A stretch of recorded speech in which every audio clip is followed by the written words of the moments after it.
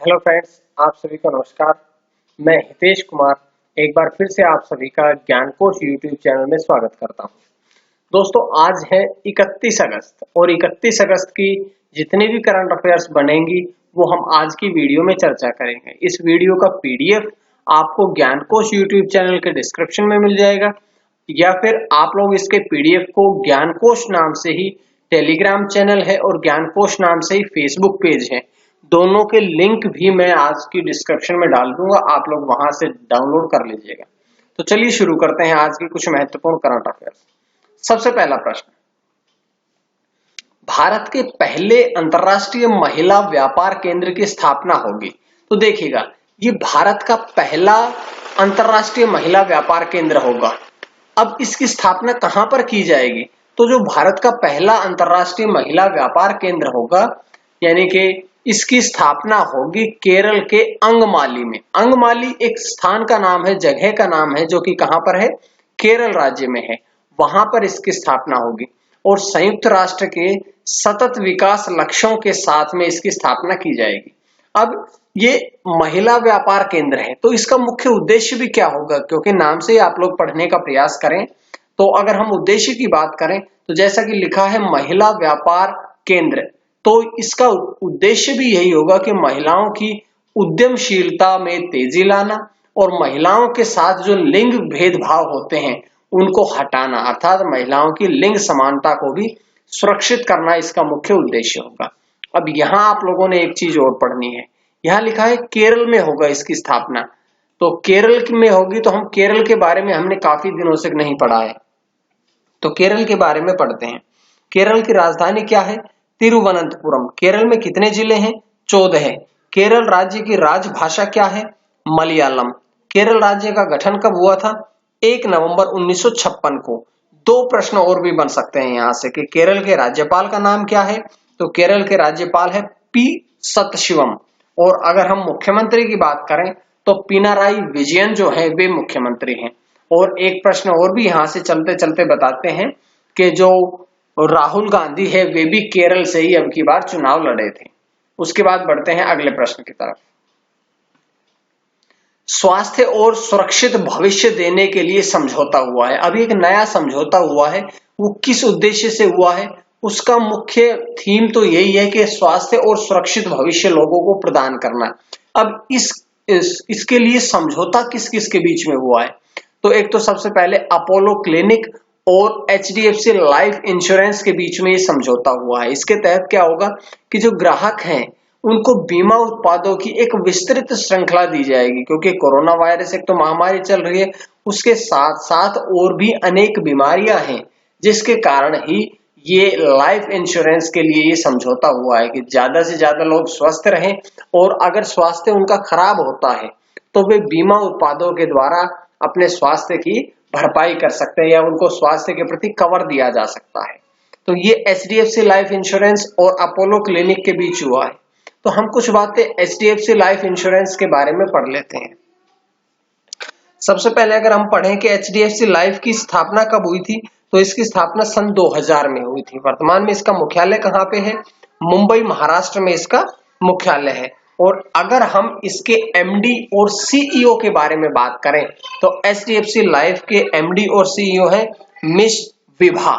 तो ये सारी बातें हमने इस प्रश्न के साथ साथ में जीएस से, क्योंकि आजकल जो परीक्षाओं में प्रश्न आ रहे हैं वो जीएस को जोड़ देते हैं जीके के साथ में, तो करंट अफेयर के साथ साथ आप लोगों को जीएस भी थोड़ी जानने को मिलती रहती है। अब हम बढ़ते हैं अगले प्रश्न की तरफ। मध्य प्रदेश सरकार द्वारा एकलव्य पुरस्कार से सम्मानित किया गया। तो एकलव्य पुरस्कार जो है, पहले तो इसी के बारे में बताऊं कि ये मध्य प्रदेश सरकार के द्वारा दिया जाता है। इसकी विस्तृत जानकारी पहले इस प्रश्न को पढ़ते हैं, उसके बाद देता हूं। अब की बार एकलव्य पुरस्कार से किसे सम्मानित किया गया? तो इशिका चौधरी को एकलव्य पुरस्कार से सम्मानित किया गया। इशिका चौधरी जो है वे भारतीय जूनियर महिला हॉकी टीम के सदस्य हैं और उन्होंने 11 वर्ष की उम्र में ही वर्ष 2011 से खेलना शुरू कर दिया था।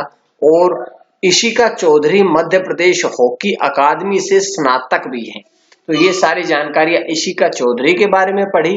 अब हम पढ़ेंगे कुछ जानकारियां एकलव्य पुरस्कार के बारे में। एकलव्य पुरस्कार जो है वो एकलव्य फाउंडेशन भारत के मध्य प्रदेश राज्य में कार्यरत एक अशासकीय संस्था है। अशासकीय मतलब एक एनजीओ है।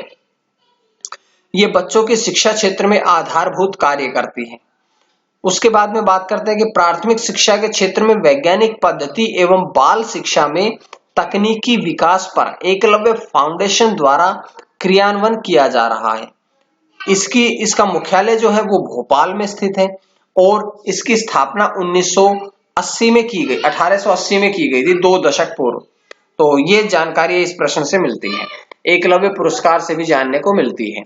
उसके बाद बढ़ते हैं अगले प्रश्न की तरफ। ध्यानचंद विजय पथ योजना शुरू की गई है। ध्यानचंद, मेजर ध्यानचंद के नाम से अब एक नई योजना शुरू की गई है। मेजर ध्यानचंद जो थे उन्हें हॉकी का जादूगर भी कहा जाता था और उन्हीं के नाम से अब एक नई विजय पथ योजना शुरू की गई है। किसके द्वारा शुरू की गई है? तो ये उत्तर प्रदेश के उप मुख्यमंत्री केशव प्रसाद मौर्य के द्वारा शुरू की गई है। और यहां से एक प्रश्न और भी मैं बार बार बताता हूं आपको कि उत्तर प्रदेश राज्य में 2 उप मुख्यमंत्री हैं।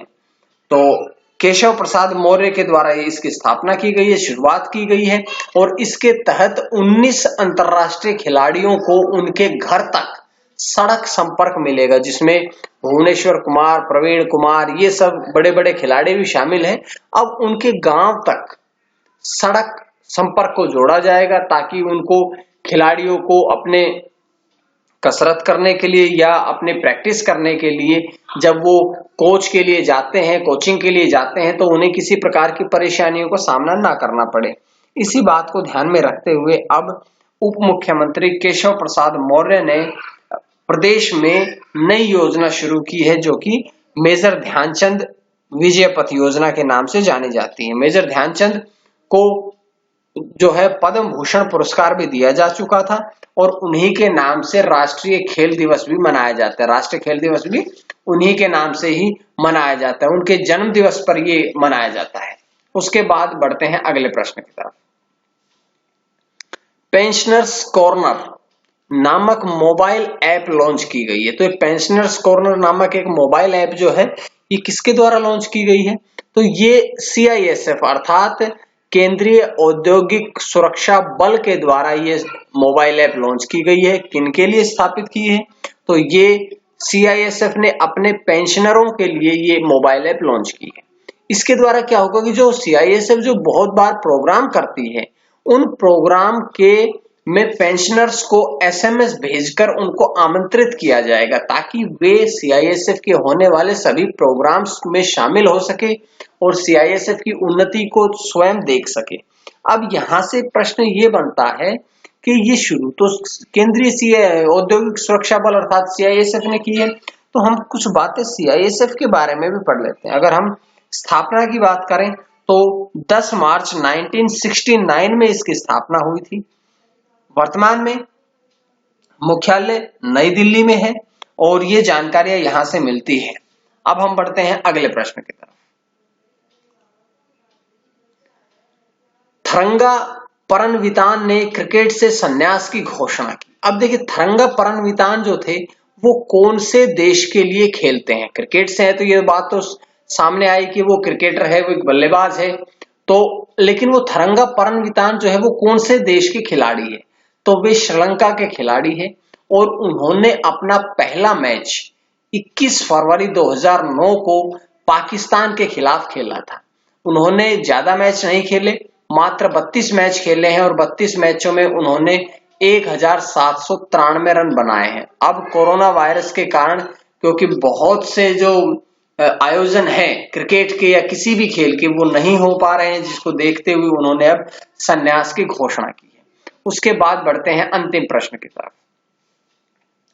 अकाया ताकाहाशी, अकाया और ताकाहाशी ने बैडमिंटन से संन्यास की घोषणा की। ये 2 खिलाड़ियों के नाम है, क्योंकि ये विदेशी हैं तो इसलिए इनके नाम को हम जांच नहीं पाते हैं कि 1 है या 2 है, इसलिए ध्यान रखिएगा अकाया अलग खिलाड़ी है, ताकाहाशी अलग खिलाड़ी है।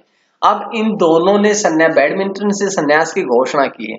उन्होंने 2016 में रियो डी जेनेरियो ओलंपिक में महिला युगल का स्वर्ण पदक जीता था। ओलंपिक 2016 में जो हुआ था रियो डी जेनेरियो में, वहां उन्होंने महिला युगल का, महिला ग्रुप का एक स्वर्ण पदक भी जीता था। और जो अयाका ताकाहाशी है, वे किस नाम से प्रसिद्ध है, ये प्रश्न पूछा जा सकता है। तो अयाका ताकाहाशी जो है वे ताकामात्सु नाम से प्रसिद्ध है। तो ये आपने जरूर पढ़ना है। ये थी आज की कुछ महत्वपूर्ण करंट अफेयर्स। उम्मीद है आप सभी को पसंद आई होगी, और अगर पसंद आई तो आप लोग ज्ञानकोश यूट्यूब चैनल को डेली करंट अफेयर्स के लिए, हिंदी की क्लासेस के लिए, जीएस की क्लासेस के लिए, संस्कृत की क्लासेस के लिए सब्सक्राइब कर लीजिएगा। पीडीएफ आपको डिस्क्रिप्शन में मिल जाएगा, और डिस्क्रिप्शन में एक और लिंक मिलेगा जिसको भर करके आपको, वो फॉर्म है जिसको भरेंगे आप, तो आपको नोट्स, आपको बुक्स फ्री पीडीएफ मिलेंगे। उसका कोई चार्ज नहीं रहेगा, ये आपके लिए बिल्कुल फ्री रहेगा। तो आप लोग उसको जरूर भरें। और ज्ञानकोश नाम से ही टेलीग्राम चैनल है, और ज्ञानकोश नाम से ही फेसबुक पेज है, वहां भी जुड़े, ताकि मैं आपको और भी नोट्स भेजता रहूं। आज के लिए इतना ही। मां सरस्वती की कृपा आप सभी पर बनी रहे। आप सभी का बहुत बहुत धन्यवाद।